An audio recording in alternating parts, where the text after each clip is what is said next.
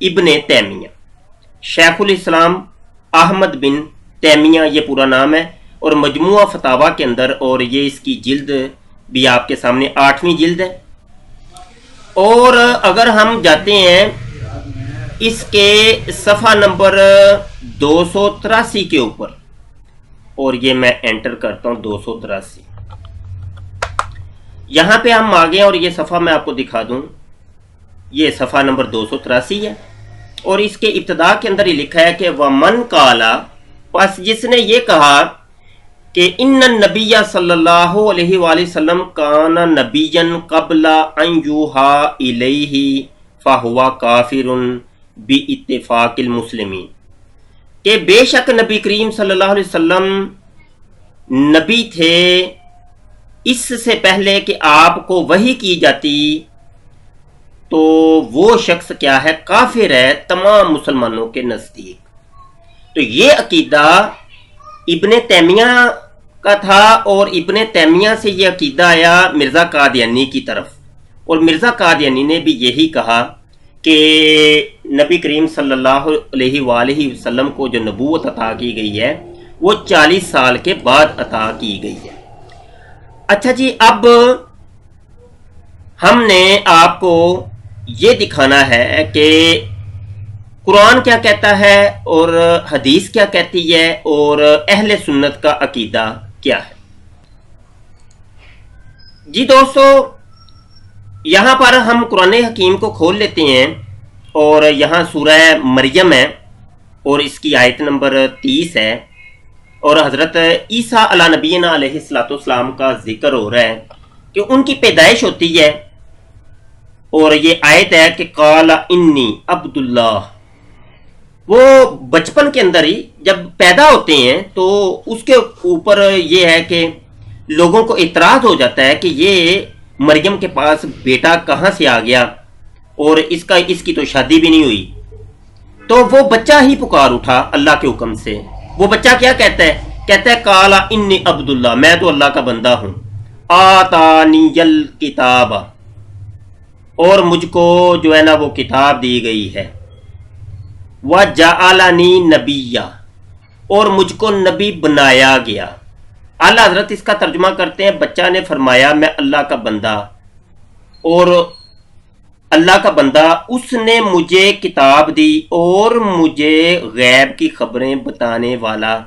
یعنی نبی کیا۔ چونکہ نبی کا اپنا لغوی ترجمہ یہ ہے کہ غیب کی خبریں بتانے والا، چھپے ہوئے اسرار رموز کو بتانے والے کو نبی کہتے ہیں، اور یہ یعنی اس کا لغوی ترجمہ ہے۔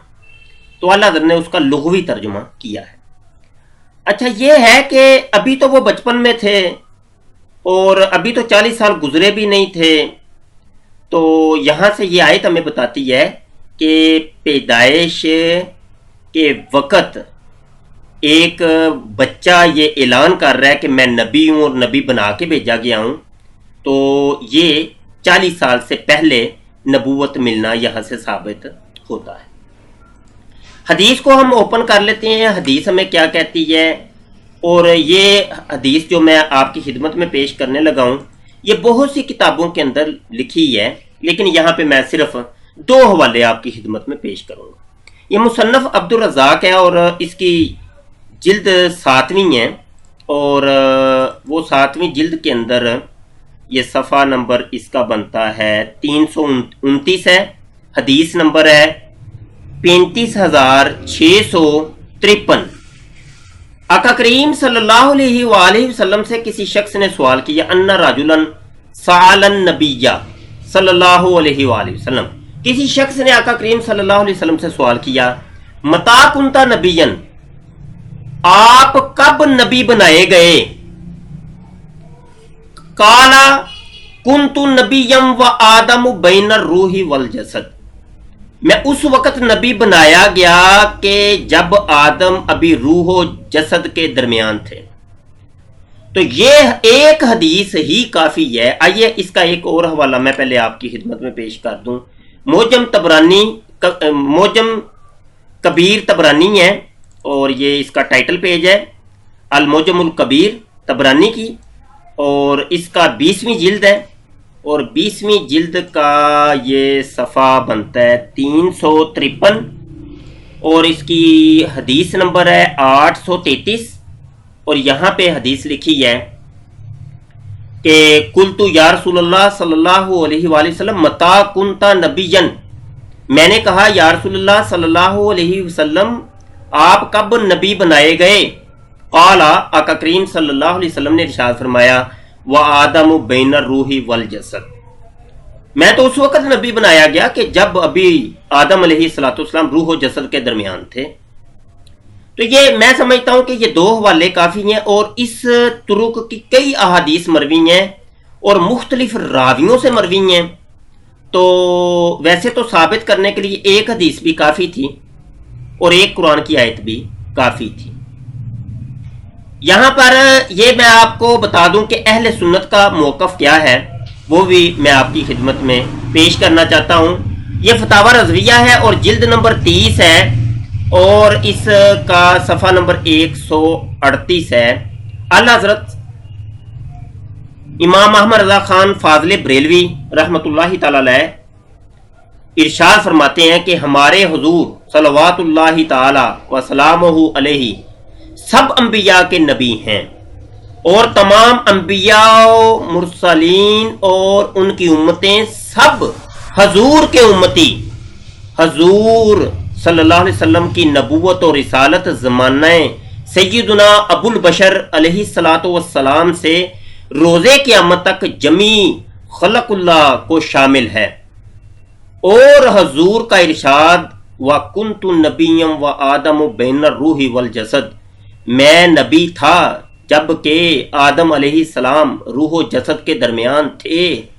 اپنے حقیقی معنی پر ہے، اپنے معنی حقیقی پر ہے۔ اور یہ وہی حدیث ہے جو میں نے ابھی آپ کو حوالے دیے اور نیچے بھی چند حوالہ جات لکھے ہیں، المستدرک للحاکم اور کنز العمال کا حوالہ،